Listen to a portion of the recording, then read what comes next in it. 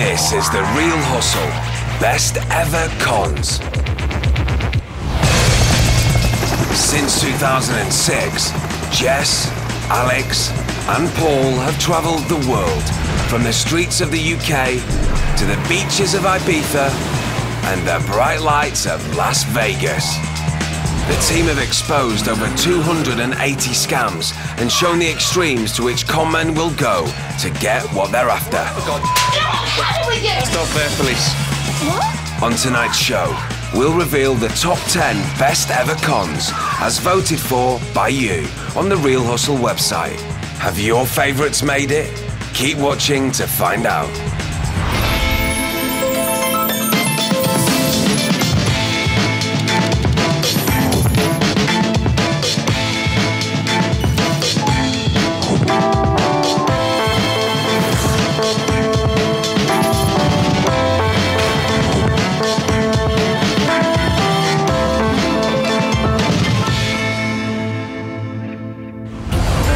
People on this show have been hustled for real, and after being given their money back, they agreed that the footage could be shown so you can avoid being ripped off by the same scams.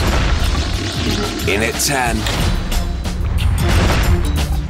So I want to know, whose idea was it for us to go and do one of the most complicated pickpocketing sequences we've ever done in the middle of London? It was our idea, wasn't it? Yeah, it was ours. You know, the thing about this that makes it really difficult is we have to make sure that the cameras can see us when we actually hit the marks. So we've picked out our marks, we're going to pick our pockets, and along come the Hare Krishnas, Japanese tourists, buses. Eventually, we managed to get it right. This is the three-way pickpocket. London's Piccadilly Circus is always crowded. And with crowds come plenty of wallets, purses, music players, phones and cameras, all designed to fit easily into pockets and bags.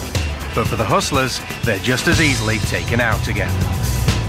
This is their most intricate pickpocket scam yet, the three-way lift. Our hustlers are in position either side of a busy crossing. Jess and Alex are stationed on the left of the junction. Paul is operating alone on the right. And when the lights go green, they all cross with the rest of the pedestrians. Watch carefully. And in less than 30 seconds, they're up by £800 in wallets and phones. No one saw them do it, but you can. Remember that Jess and Alex are positioned together on the left. The girl with the dark hair in front of them is the target. While Jess acts as a human shield to prevent anyone nearby seeing, Alex makes swift work of stealing this woman's phone. So far, they've got a phone worth £150. Not bad, but there's a lot more going on here. Let's rewind back to the start. Jess is also working with Paul, who's on the other side. Paul has identified his mark, the girl to his left. He's after the contents of her pocket. Another phone. For the moment, she's blissfully unaware, but Paul still has to get rid of the stolen property quickly, and that's where Jess comes in. As they cross, he deftly hands off the goods to his accomplice. The stolen phone joins Alex's in Jess's bag, and she melts into the crowd before anything's been missed.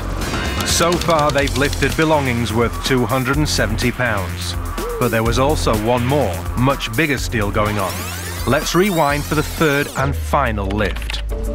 Back in first positions, Alex identifies the third victim, the man wearing the lilac shirt stood to Paul's right.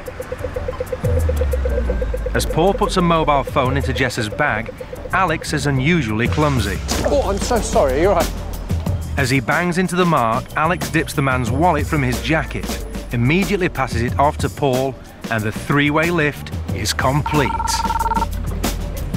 So that's 2 mobile phones and a wallet full of cash and credit cards in one beautifully choreographed steal. Yeah, my phone's missing. There's nothing there. I used to have a wallet in there. Money, some credit cards, driver's license. It came directly at me, bumped straight into me. Oh, I'm so sorry, you're right. And it was only after I completed crossing the road I thought, you know, there's something wrong here.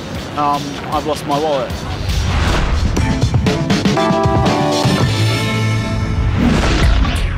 At 9. I'll never forget this scam, because I got to drive one of my favourite cars, the Porsche GT3, and I remember being told, you know, when you get in it, drive somewhere just round the corner, park it, just be safe. And as I was driving, I looked down and there was this big shiny red button. I thought, I wonder what that does. I was tempted, but I didn't press it.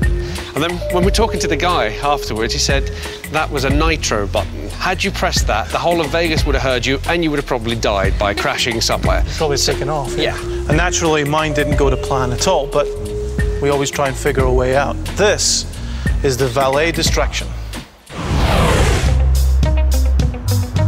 Valet parking is becoming more common all over the world. Instead of parking yourself, you hand your keys to a valet and get a ticket. The valet then parks your car for you and returns it when you need it. The hustlers have targeted this restaurant because it has a large car park, meaning that the valets can leave their post for as long as 5 minutes to park a car. Alex and Paul arrive in these old bangers, but if all goes to plan, they'll soon be swapping them for something a little more bling.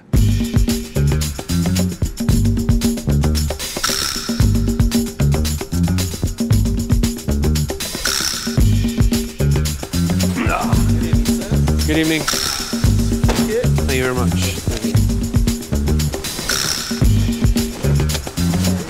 Not bad. Not bad. All right. Take care of that. She's a classic. Their cars are parked, but there's a problem. The post is still manned, and the other valets will be back in about 4 minutes.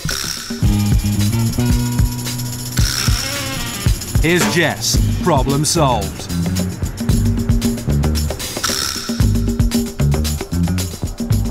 Excuse me.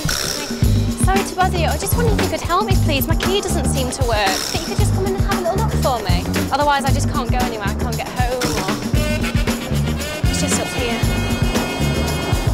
I'm like pressing it like that. With the post unmanned, a couple of new valets step into cover. Tuck yourself in. You're a disgrace to the valet profession. So. I think it's just a silver one, just pop out.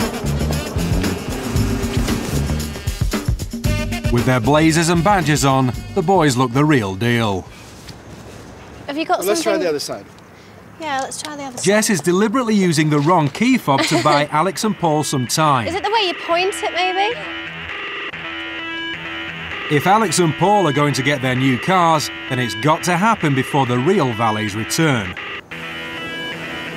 They're in luck. How you doing? Just go ahead and self-park just now, sir. Just go ahead and self-park, thank you. Paul doesn't think the people carrier is up to scratch. Oh, I really want to get in, I'm cold. 2 more minutes. If no one comes, we're going to have to pull it off.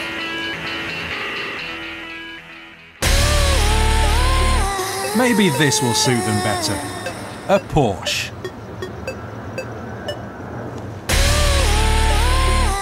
Hi. Good evening.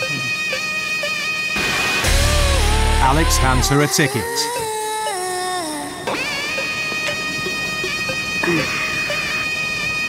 And he's off. Thanks to a blazer and badge combination, he's landed himself a £95,000 motor.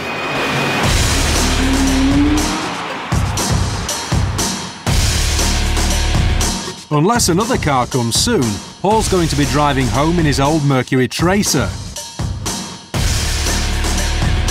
This is more like it, a top-of-the-range Cadillac Escalade. Disaster, he's self-parking. Paul is forced to think on his feet and approaches the driver.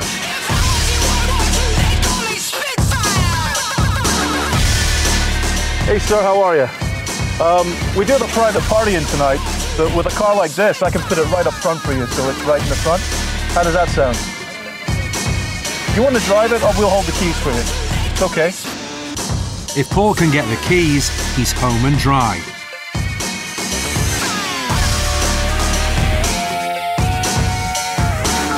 He directs him to the safest spot.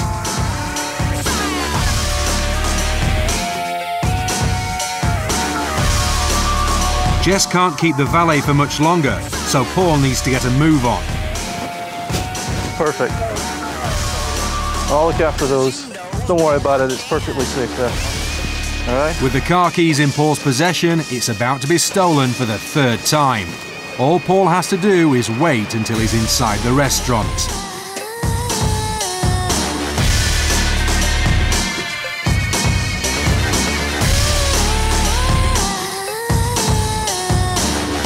As Paul flees in his brand new Cadillac that's worth over £50,000, Jess uses the genuine key fob in her pocket to open her car. What did you do? And then leaves to meet up with Alex and Paul. The valet returns to his post after playing the Good Samaritan, unaware that two top-of-the-range cars have been stolen whilst his back was turned.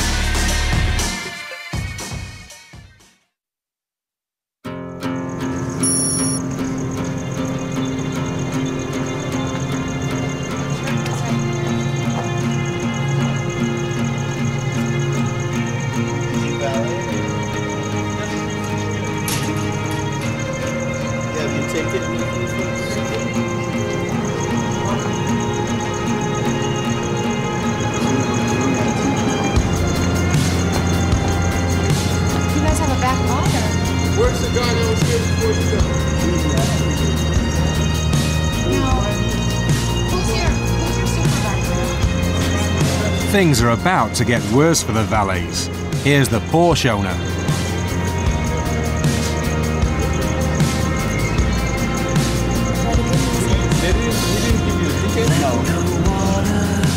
The valet brings over the car that matches his ticket. But it's no Porsche, it's Alex's old banger. That's because Alex gave them the valet ticket for his old Honda. Enjoy your evening. I hope not. That's probably I was trying to figure out what the guy did that was here before us, because we just got here. And we just want to know what's going on. So it's just in the back, or what? I'm not sure what he did. It is your car too? Yeah. Are you kidding me? That's not your car? Right here.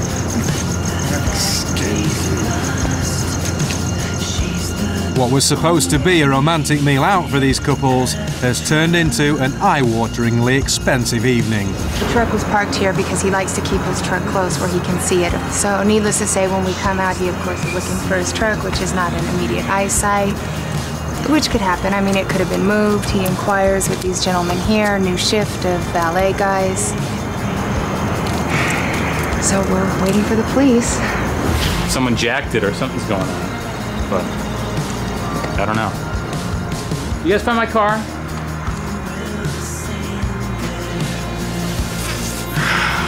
Going crazy.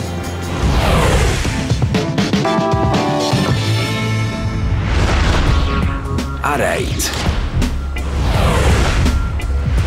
You know, I get asked about this scam a lot, and what everybody wants to know is, did Jess slap me as hard as it looked? And you did, didn't you? I did, and I quite enjoyed it as well, to be honest. Yeah, it's essential.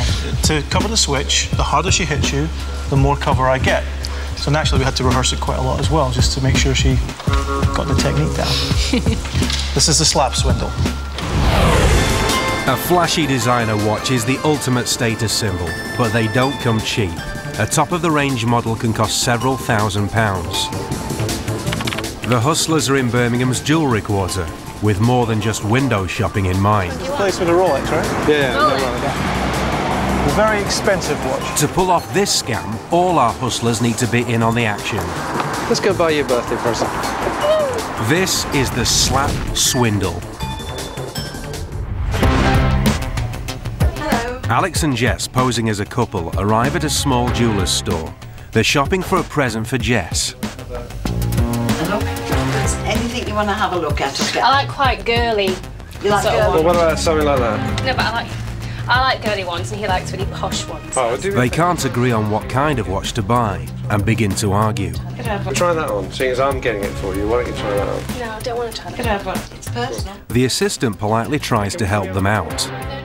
It's a small shop with no other sales staff on duty, and they're about to make her life increasingly difficult. Yeah, but I think it's about time, you know, we moved on with this stuff. But anyway, if I'm buying it for you, I've got to like it as well, right? There's a pinky one there similar to that.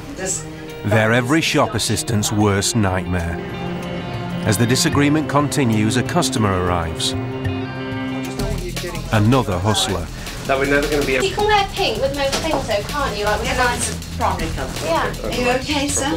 Yeah, I'm just now. I'll make Can I have a quick little thank you? Yes, of course, with pleasure. You dress nice though. It's a 14-year-old girl. If there's anything you want to have a look at, I'll get out. Yeah, remember. Well, look at the Omega here, please. I don't like stuff Omega? like that. Yeah.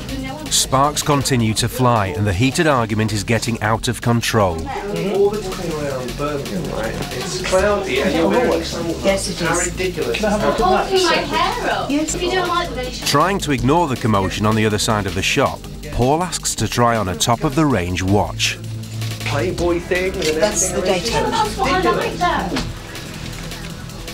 Second hand, yeah? Yes, Oh, second I'm sorry. Well, you know what to do then, don't It's you? 1200. I'm going to get a pink watch. Which is a good It's worth £1,200. I'm not interested in watches like that. All right, If I okay. what my mum would wear. The disturbance is distracting the shop assistant. Look at the one that you like, okay? You guys can size it for me. Yes, of I'll course. pick something, you What I pay for just it. said to you, watch that. I'm not getting that one.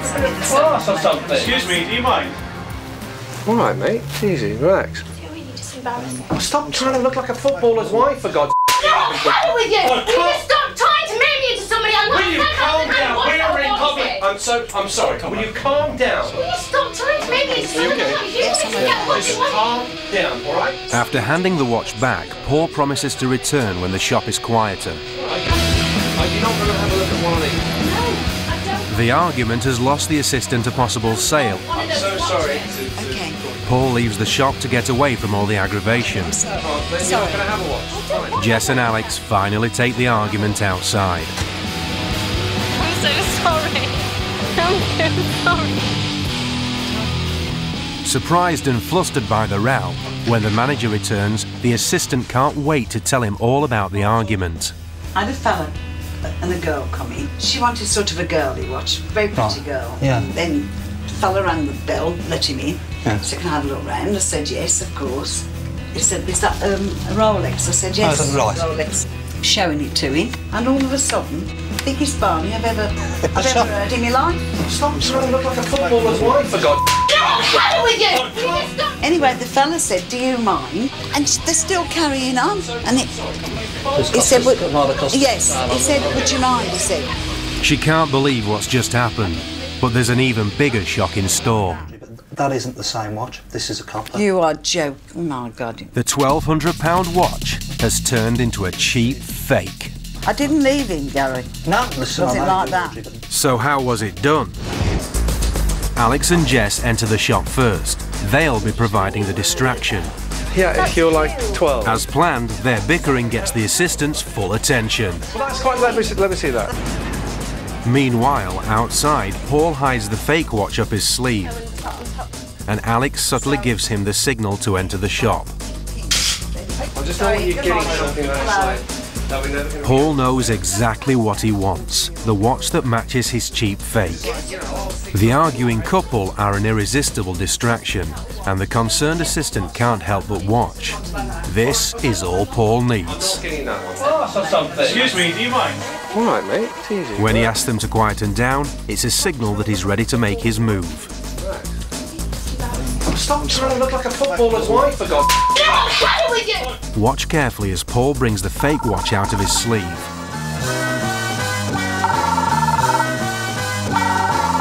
He's swapped his dodgy £50 fake for the real deal and walks away with a profit of over £1,000. My eyes don't go from a customer. It was when I heard the slap and the shouting. He already turned round. I just must have gone like that. A split second. I am still shaking.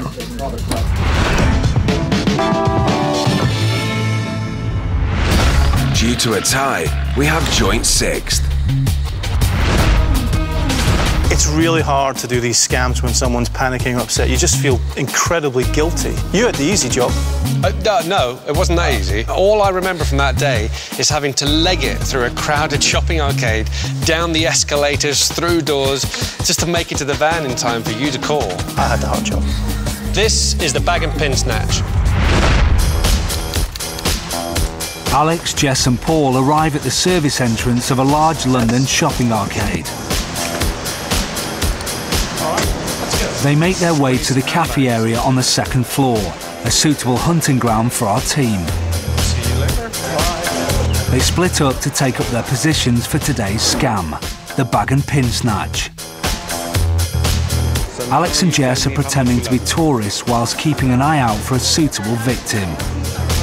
They have chosen this woman, and it's her handbag that's the target. The bag is going to be snatched, but that's only half the plan. The stakes are much higher, as you will soon see. Alex and Jess wait for an opportunity to make their move, while Paul watches proceedings from the back of the cafe. This is their chance. The woman's friend leaves the table, and the mark is now alone and vulnerable. Okay, no problem. Yeah, I come too. But when will I see you? No? When I come back? Does your number work here even though... Yeah, no. Hang on, we take one photo. Okay, 1 second. Excuse me, can you take a photo? 1 second. Alex and Jess distract the mark and manoeuvre her into turning her back on her handbag. Like this. There's Paul. He's going in for the steal.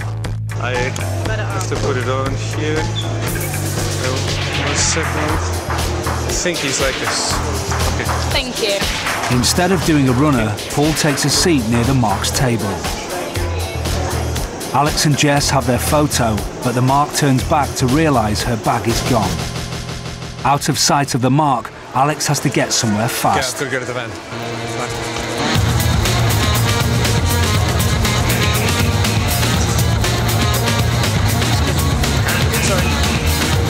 The mark is distressed.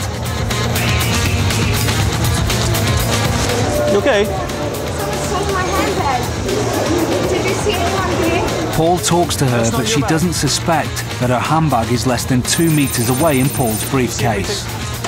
This is the big hit. The team are going to try and fool the mark into giving them her card pin, as well as her personal details. Excuse me, do you have anything valuable in it? Do you have like bank cards or anything? Cards, my phone, my What bank are you with? Barclays. I work for Barclays. You do? Yeah, let's cancel your bank cards. Have a seat. Don't worry, have a seat. Alex wants to sound like he's in a call centre and not in the cab of a van, so he plays in a sound effects CD of office noise. All right, look, that's the bank call centre there. Speak to them. Cancel your cards, okay? Hello? My bag has been stolen and I have all everything in my bag. I'm very sorry to hear about that, but I can certainly assist you with this call. Yeah, please. Do you know your account number and sort code? I think it's...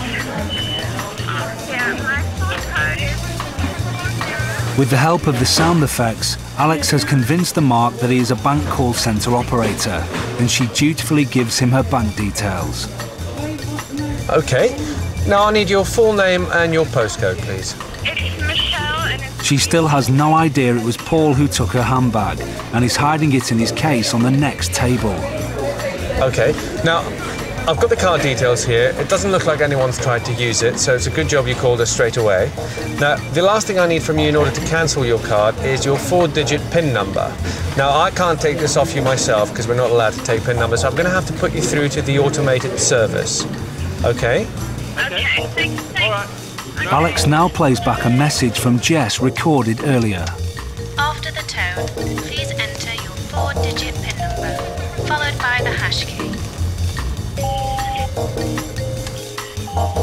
Alex records the tones, which could easily be decoded later to reveal the PIN. Your card has now been cancelled. Thank you for calling. Goodbye. The mark is grateful to the Good Samaritan. All right, yeah, all right. But Paul's walking away with her handbag. Worse still, she thinks her account is now safe, whereas in reality, the real hustlers have done enough to completely empty her finances. I pretty much carry my whole life in my handbag anyway. My cards and, oh man, everything. So the person on the phone, that's just a whole scam. Everything's a scam. Then they're just gonna get all my details then, aren't they? And just, then they can do whatever they want. Oh, well, thank goodness it's only you this time. Oh, no.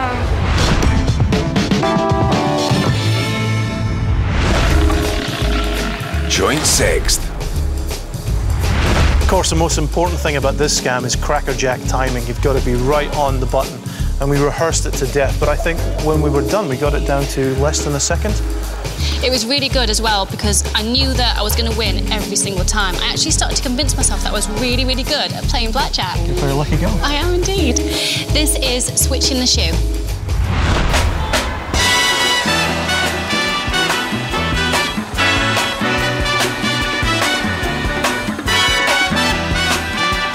Alex and Paul have got hot dates, and they're treating them to a night at the casino. But it's not romance they're after, it's money.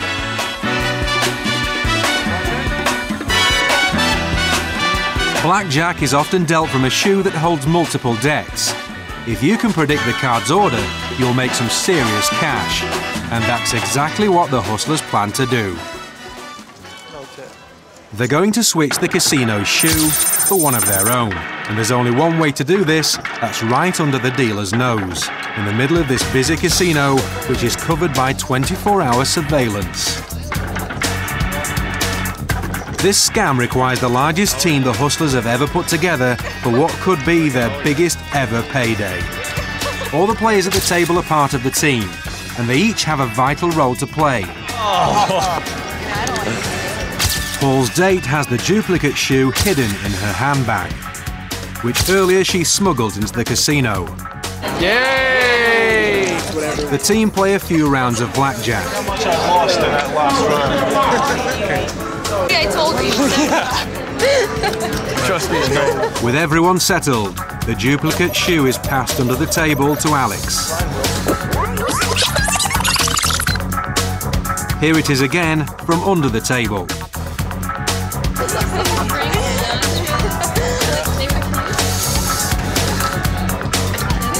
This woman's job is crucial. She has to block the view of this man, the pit boss, who is responsible for spotting cheats. Now Alex has the shoe, all they need is for the dealer to look away from the table. Steph, what are you doing? You can't go in there. God, Look at this. Don't go. Are they supposed to do that? They're supposed to be here? What are you doing? And it's done. They've switched the shoe. But what actually happened? Alex signals to the guys at the end of the table to change some cash for chips. It's a cue for these girls to cause a distraction. Steph, what are you doing? You can't go in there. Acting drunk, one girl enters the casino pit, which is strictly off limits to members of the public. They draw the pit boss away from the table.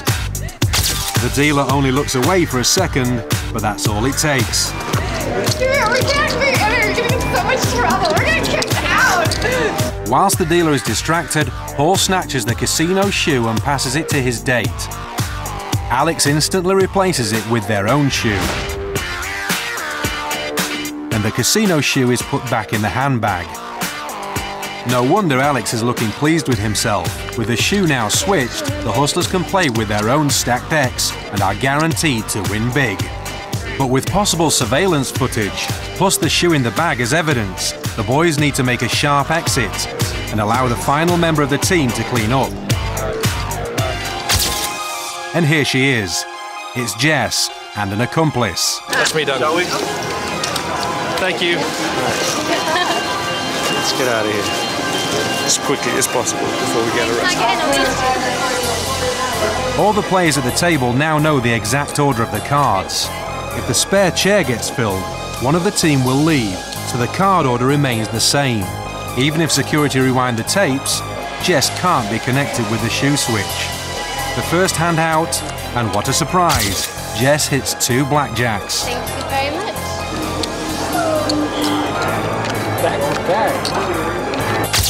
Who'd have thought it? 2 more blackjacks. I'm a lucky girl. Those green chips are worth $25 each, and the black ones $100. As the next few hands are played, Jess's winning streak continues. And the other members of the team are not doing badly either. Lovely. You looking at my chips? Yeah. Try and get rid of Look good, don't they? Very nice. That stack of chips won't go unnoticed for long by casino security, and so Jess needs to get out of there sharp. I'm done. Are you done? I'm going to have a problem carrying these. If she can escape in time, she'll have virtually emptied the dealer's tray and made hundreds of thousands of dollars for the team. Oh, night started. It's for you. Cheers. Good luck, boys. Enjoy yourself. Bye. Mission accomplished. We've got to the halfway stage.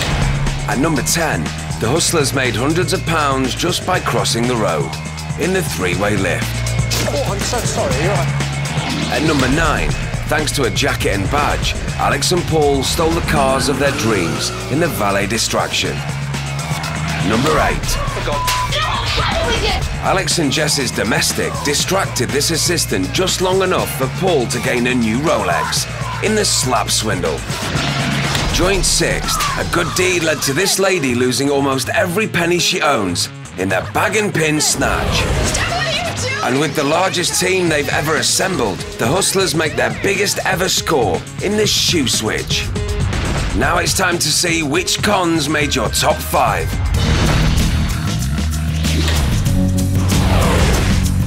You know, when we first started this show, I really never thought I'd end up dressed as a sheikh, walking out of a jewellery store with thousands of dollars worth of jewels. Just never thought I'd reach that stage. You know, when we were in the bathroom and I was waiting for my cue to come out and it was for you to shout my name, Fatima, I just couldn't walk out because I was just giggling so much because I just thought the whole situation was just absurd. This is Mystery Millionaire. This jeweller has come to a hotel suite to make an important delivery. Who are you? Justin. Justin, you're from the jewelry store. John Fish. How you doing? Doing good. Stand there, please. Long day. Start for this. Put it on the table for me. I appreciate it. The jewels are laid out.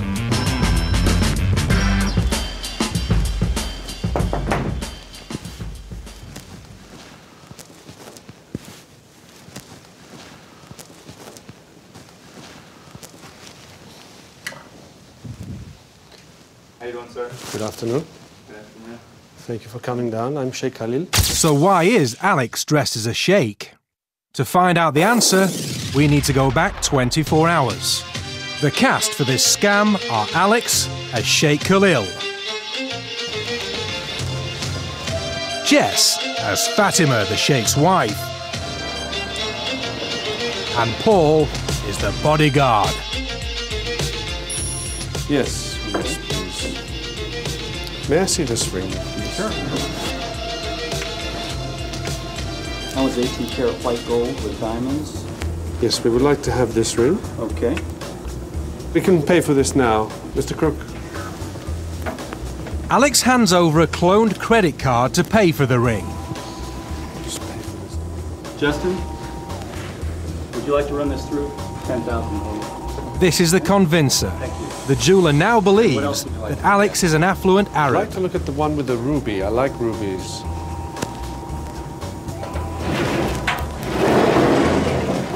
You like rubies? Of course she does, especially if they're free. Okay. Yeah, this is ruby and diamond, an 18-karat yellow gold. This is very nice. Okay, there's also a matching set of earrings, a brooch with marquee rubies, diamonds, and a diamond pave ring also matches the set. This is all $80,000. It's a very fair price. Okay, I would like to purchase this. What I would like is I would like these delivered to my suite at the Mandalay Bay tomorrow afternoon. Cash will be waiting there for you. That is fine. We will be there at 2 p.m.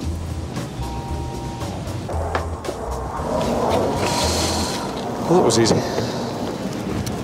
So now you know why Alex is posing as Sheikh Khalil. Good. Thank you, this is wonderful. He shows the jeweller the money. Have the money here. What I would like to do is I would like to get my wife to try. I'm just going to get this. The case here. 1 second, please. Fatima?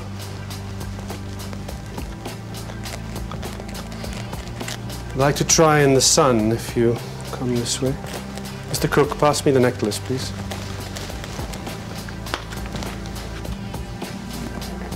Thank you. You like it? Yeah? Maybe we should try it on without. One moment. My wife has to take the headscarf. If you accompany Mr. Crook just outside, he will wait with you. Not wanting to cause offence and being unsure of cultural differences, the jeweller follows Paul out of the room.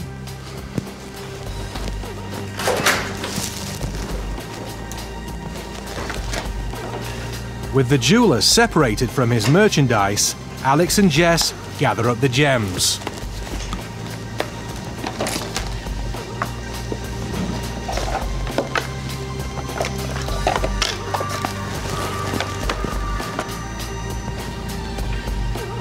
Jess slips into the adjoining room with the jewels and the money, stashing them safely on the trolley before changing out of her disguise.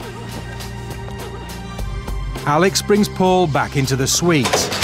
Mr. Crook, the telephone is ringing. Can you come, please? 1 second, please. Fatima, you okay? The jeweller is left in the corridor, believing that he is covering the only exit. And now to put the final part of the plan into action.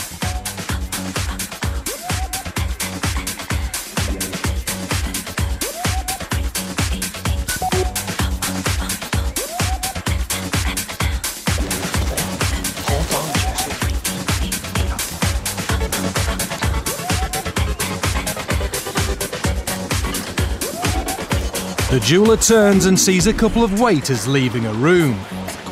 But what he doesn't see is his $80,000 worth of gems leaving with them.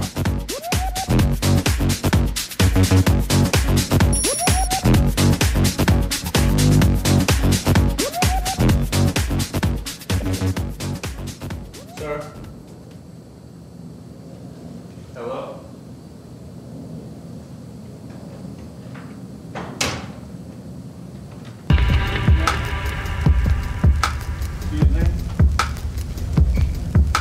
Hello?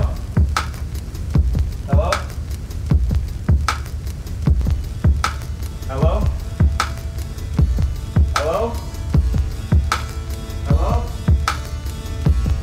Hello? Hello? John, they took off. Who's the setup? Yeah, I'm dead serious.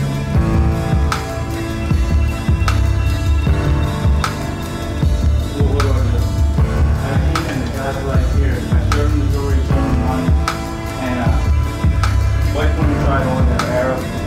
So he asked me just to step out for a second with the security guard. I stepped out with the security guard. Security guard got a phone call, and he came in and they left. I waited a couple minutes. I didn't hear anybody talking. I walked in, everything's gone.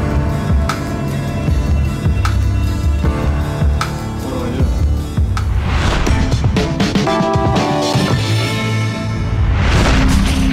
In at 4.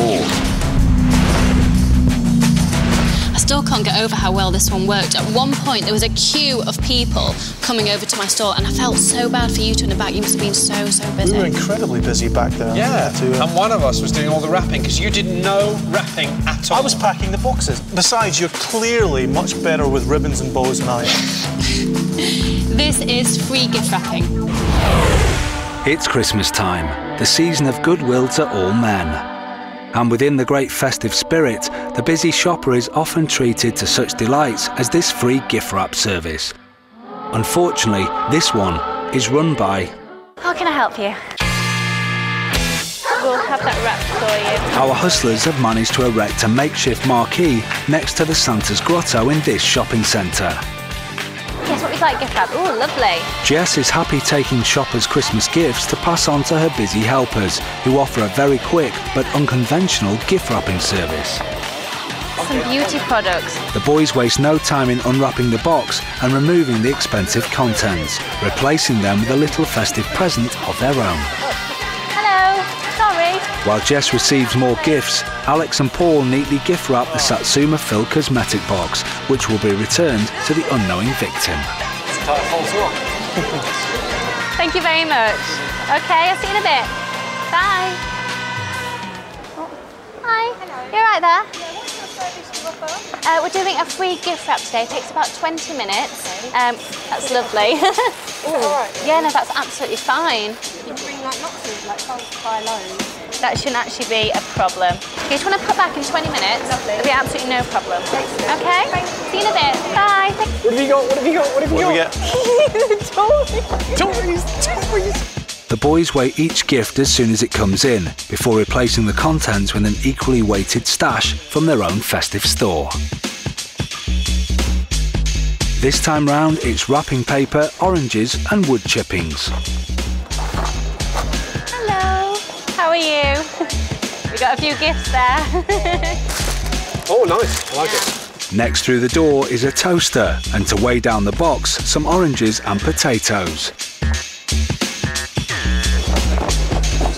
That doesn't feel like a toaster. Potatoes rattle a bit too much to make a convincing toaster, so Paul and Alex decide to pad it out with some straw. It feels like a toaster. Feels like a toaster. Bingo. Another one gets wrapped. Hello. How are you? Realising a good offer when she sees one, this Mark has returned with another gift to be wrapped. Nice. Thank you very much. I'll see you in a bit. Bye. This time, it's an expensive digital camera. And the boys seem to think that an orange, potato and a piece of coal are a fair swap for a digital camera. They weigh it, pad it, wrap it and give it back to Jess. Jess. Hello. One by one, our happy shoppers return to collect their freshly wrapped gifts ready to place under the Christmas tree. There you go, Maggie. Thank you very much. Have a lovely Christmas. There you go. Is that okay for you? Yeah. Meanwhile, Alex and Paul are busy packing up their newly acquired Christmas presents in their Santa sacks. There we go. Is that okay for you? Thank you very much. Have a lovely Christmas. Bye. Good. With the shopping centre winding down, the team call it a day and shut up shop. The hustlers leave with their Santa sacks full of stolen presents, and as for the victims, they won't discover what's taken place until Christmas Day. These hustlers are far happier to receive than to give during the season of goodwill.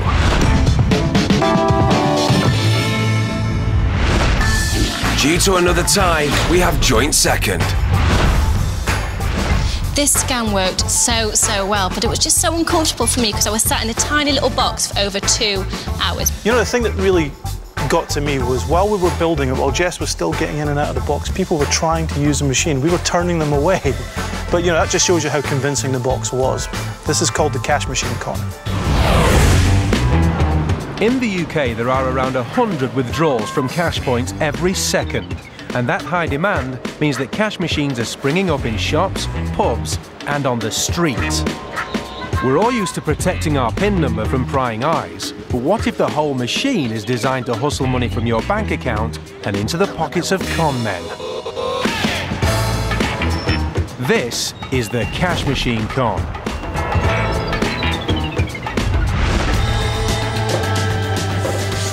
That's lovely.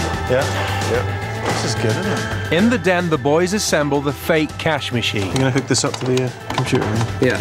We'll just have a screen from here and also here. Camera, yeah. That's perfect. Making sure every last detail looks authentic. You hit the space bar, enter your PIN. We get the PIN from the keyboard there. Please wait while I process your request. Just wait as long as you want. Right, let's go. Once the paint's dry, the hustlers assemble the plywood cash point and place it in a spot with plenty of passing pedestrians. But each time they put their card in, it's rejected. The reason's simple. Normal cash machines are supposed to be full of money, but this one's designed to hide a hustler. Thank you. Thank you. Oh. All right. Yeah. That's fine. Bye. Watch fingers.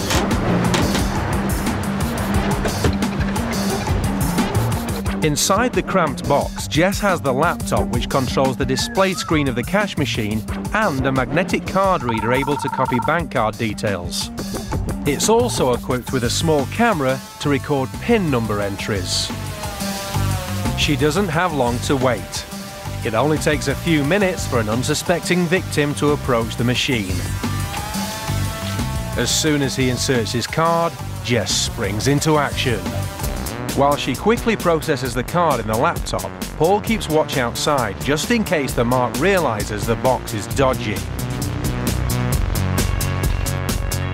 Jess quickly posts the mark's card back out of the machine.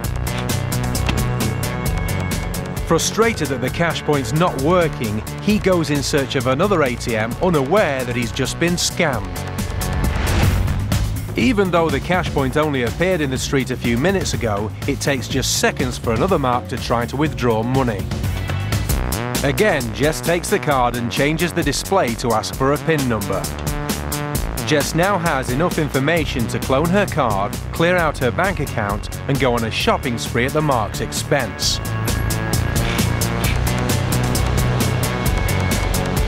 Another unsatisfied customer.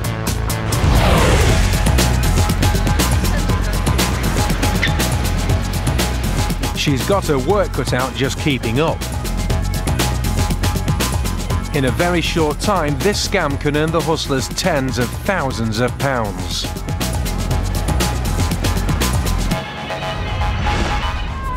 After just 2 hours, the hustlers have collected the account information and PIN numbers of 25 unsuspecting cardholders.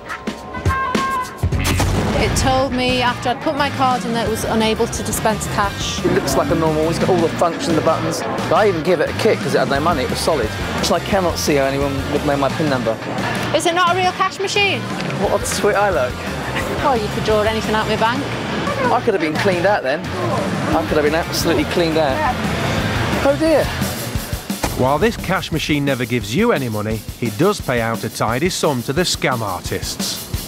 And before anyone rumbles them, all they have to do is pack it up and move it to a street corner near you.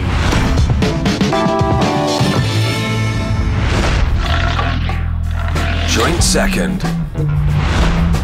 I'll always remember this scam because it's the first one that 3 of us ever did together. And I remember just being so nervous the night before, thinking, what if this goes wrong, what if that goes wrong? But in the end, it just went so well. It couldn't have gone any better. And do you remember how much we rehearsed? I mean, it was early days, so we rehearsed everything, every single eventuality. What happens if this happens, if that happens? And of course, what happened on the day? Something we hadn't rehearsed. This is the jewellery shop scam. The hustlers have selected a small high street jeweller's as the perfect place to stage this scam. Unbeknown to the shop staff, our hidden cameras have been placed inside to cover the following action. Jess enters the shop first, looking well dressed and respectable. Hi. God, so cold. No, it's horrible state. I'm looking for a necklace. She approaches the counter and talks to the staff about wanting to buy a new necklace. Silver. Alex comes into the shop shortly after. He is apparently just another browsing shopper. And where's the third member of our team? Paul is outside ready to step in on cue. Got a nice one here. After some browsing, they show Jess a necklace that takes her fancy. That's the sort of length. Yeah, it's quite nice. How much is this one? It's quite expensive, actually. Oh. 624. Yeah, that's really cool. The necklace is worth around £600, which is a suitable bit of swag for this scam. Jess seems happy with the choice and says she'll buy it. 1, 2, 3, 4, 600. 1, 2, 3, 4. As she finishes counting the notes, Alex swoops in. Okay, stop there, police. What? Welcome to the police. Tracy, I'm placing you under arrest for deception and fraud. Leave that money on the counter. Please let my colleague in, please. Flashing a fake police badge, he arrests Jess for passing counterfeit money. Will the shopkeepers buy his act? We've been following her all day. There's been counterfeit cash. She's been passing it off for jewellers. Can I have a look? Yeah, go ahead. The shocked shopkeepers have bought his line and the hook and sinker too. The hustlers insist the cash is forged and must be bagged as evidence. In fact, it's the gang's own hustle bankroll and is actually not forged at all. All go in for evidence for her. I'm afraid that's part of the evidence as well now. You will get it back, obviously. And there it is. Alex the fake copper has convinced the shopkeeper to bag up the £600 necklace as well. I would ask you just to pop that in here. Thank you. It's all going to plan. With the necklace bagged, the scam is complete. Our team of hustlers have cleverly choreographed a theft worth £600 from right under their noses. Bitch, you could have cost me my job, you know that? Beatrice. The hustlers leave the shop claiming to be off to the police station. Okay. I'll be back in an hour.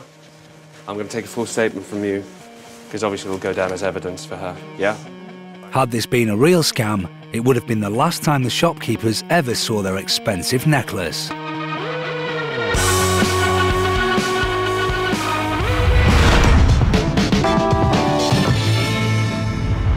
Here it is, the scam you voted the Real Hustle's best ever con. You know, the hardest part about this wasn't actually switching the till in and out, it was carrying that thing into the store and then back out again, especially after it was filled with money. It weighed a ton. I remember after we set it up, it was quiet to begin with, and then it got really busy, and there was loads of people trying to pay at this fake till. And actually, we had to really struggle for a quiet time to pack it all up and leave. It was too successful. It was. This is the fake till. It's the Christmas rush, and to cope with the high demand, shops have to employ additional staff and open extra tills. So under these perfect conditions, the boys are going to see if they can replicate a scam that happened in a London department store. This is one of the toughest scams the hustlers have attempted. The store is patrolled by security guards and management. If the boys get recognised, the game's up. They split up, and Alex, who is going to play the role of the till assistant, needs to look the part. And where better to get your outfit from than the store itself? He simply changes into his new uniform in an unmanned changing room.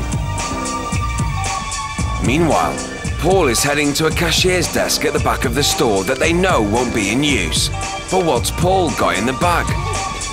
It's a fully functioning cashier till with a twist. Earlier in the day, the boys bought a cheap portable cash till and programmed it to print out receipts that had the store's name on it. Please call again. Please don't call the police. Whilst Alex is making sure he looks the part, Paul is setting up a PDA with a card reader attached to it, which will record the details of any bank card that is swiped at the bogus till. The till is up and running and ready for Alex. They've gone unnoticed, and now, as far as anyone is concerned, Alex is just another cashier, and Paul stays close to keep an eye out for security guards. They've given themselves a couple of hours to get as much money as possible, and it's not long before their first customer approaches. So how many have you got? 4. That's 24, please. I'll buy one, get one free. I didn't see the sticker there. Okay, well, let's talk about this. The instant Alex has opened the till, a queue of people has formed. Thank you very much. Alex makes sure he takes off the security tags. If a customer sets off the alarm, his cover could be blown. This man wants to pay by credit card. This is great news for Alex. He skims it in the card reader that Paul attached earlier, which then records all of the man's card details. It's a new card. Have you authorised it? Or... Yeah. He then pretends that the card reader doesn't work and asks the man if he can pay in cash.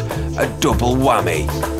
Alex and Paul now have the details to clone this man's card and potentially clean out his bank account. Okay, I'm ready for my next customer, please. Thank you. Over the next hour, the guys totally clean up, getting numerous credit card details, bank account details, checks, and cash transactions. All the while, Paul is vigilantly keeping an eye out for security guards or anything suspicious. This lady wants to pay by cheque. That's perfectly fine by Alex. He can just hand her his pen and then ask for a cheque guarantee card, which he swipes through the card reader to obtain her bank details. She doesn't question the fact that you don't need to do this when taking a cheque. And the same goes for this gentleman. He hands over his cheque guarantee card, Alex swipes it, and has now got all his details. This one. Go away. Another credit card followed by more cash. They've been here an hour and a half and Paul is getting itchy feet. The longer they stay, the higher the risk of getting caught. What do you think, another 5 minutes? Another 5 minutes, I think. Make sure I can still lift that thing off the desk. Yeah, no, we're doing good. Let's give it another 5.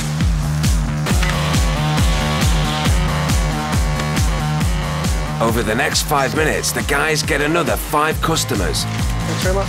Bye-bye. Underlay, underlay. Until Paul decides to call it a day. This is the final run. Alex has got to get out of his clothes and Paul has got to get the till out of the shop without being spotted.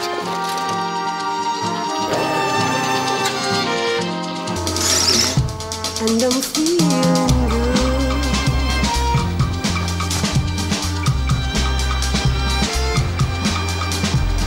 They've made it with a grand total of £1,860 and 15 swipe credit cards.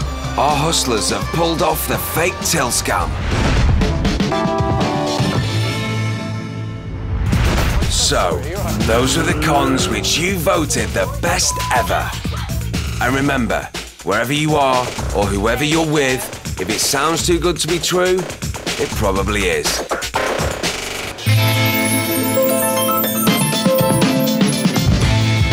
To find out more about The Real Hustle and to see exclusive web clips, visit the BBC Three website.